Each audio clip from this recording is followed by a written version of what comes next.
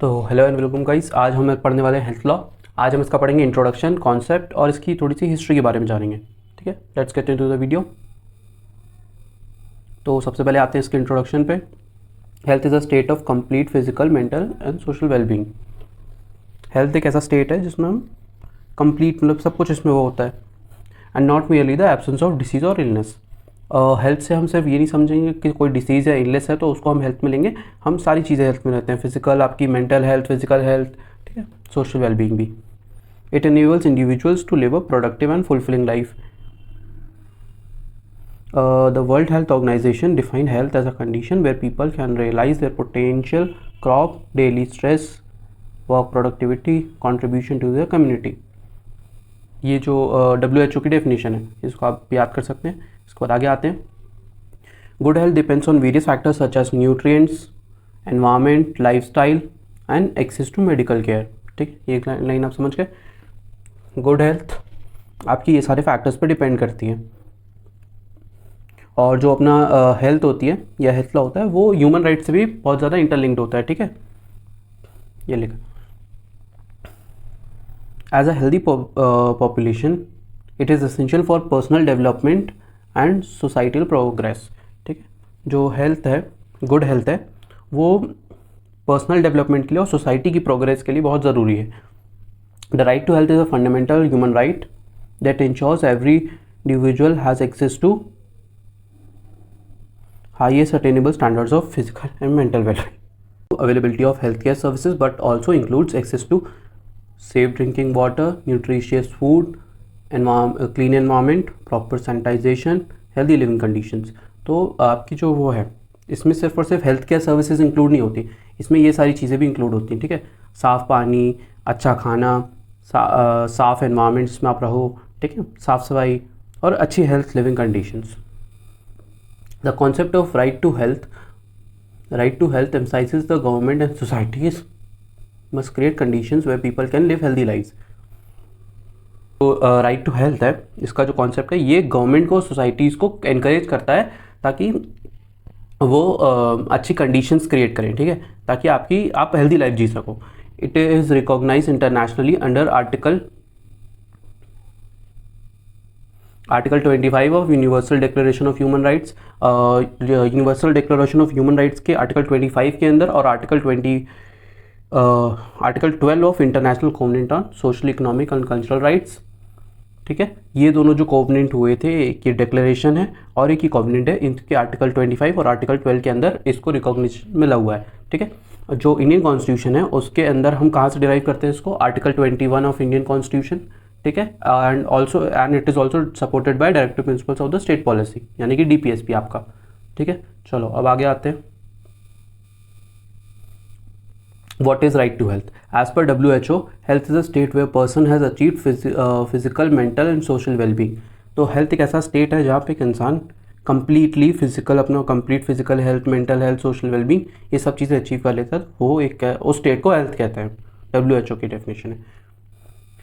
Distinguish health from common understanding of it being a mayor absence of disease और फॉर्मिटी।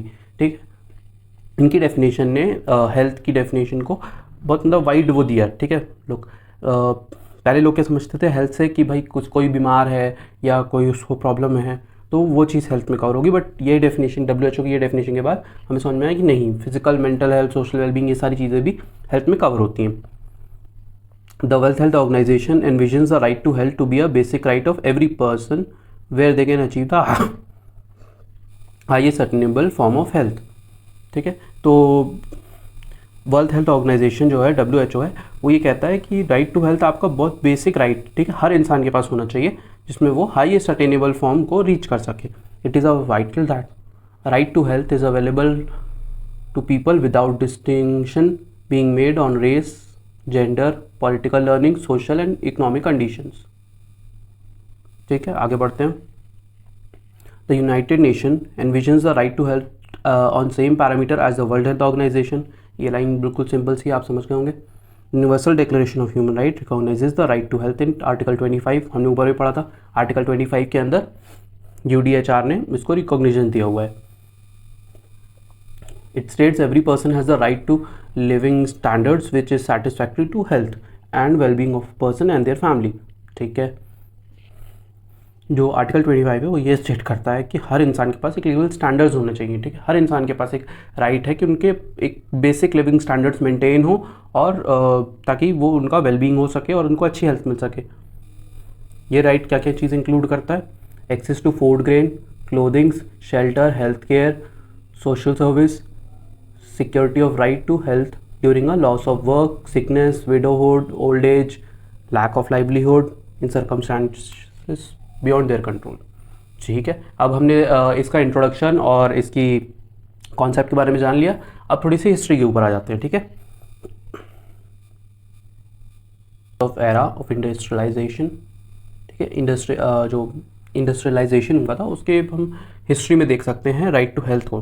ठीक है, the health and moral of apprentices act 1802, जिसको हम factories act के नाम से भी जानते हैं। ठीक है, फिर public health act 1848 of the United Kingdoms, वो one of the first steps to legislate public health care and create some right to health. ठीक है, ये दोनों बहुत मतलब वेरी फर्स्ट में से एक ऐसे लॉज हैं जिनके अंदर आपको राइट टू हेल्थ को कॉग्निजेंस मिली थी या उसकी बात हुई थी। ठीक है, like the United Kingdom's many other countries domestically made laws regarding public health governance. Countries like Spain included the preservation of public health as a state's responsibility. ठीक है, यूनाइटेड किंगडम की तरह स्पेन ने भी अपने जो कॉन्स्टिट्यूशन है उसके अंदर स्टेट्स पब्लिक हेल्थ को स्टेट की रिस्पॉन्सिबिलिटी बताया है। ठीक है, in the international sphere the diplomatic discussions on the formation of WHO were formulated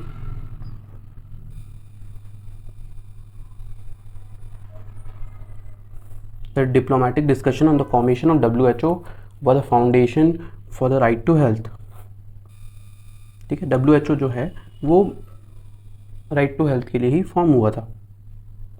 it was the articulated in the constitution 1946 the WHO which defines health and states that the attainment of highest form of health is fundamental to all। ठीक है, जो ये है highest form जो achieve करना है, attain करना है एक हेल्थ का, ये हर किसी का फंडामेंटल राइट है। ठीक है, एवरी ह्यूमन बीइंग का।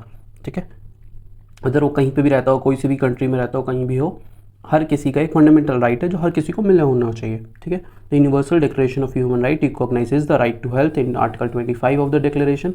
ठीक है, डिक्लेरेशन के आर्टिकल 25 के अंदर राइट टू हेल्थ को रिकॉग्निजेंस मिली हुई है। ठीक है, उसको कंसिडर किया गया है, उसको उस चीज़ में डिक्लेरेशन के आर्टिकल 25 के अंदर ये राइट टू हेल्थ मैंशनड है। ठीक है, it was again recognised in article 12 of the International Covenant of Economic, Social and Cultural rights.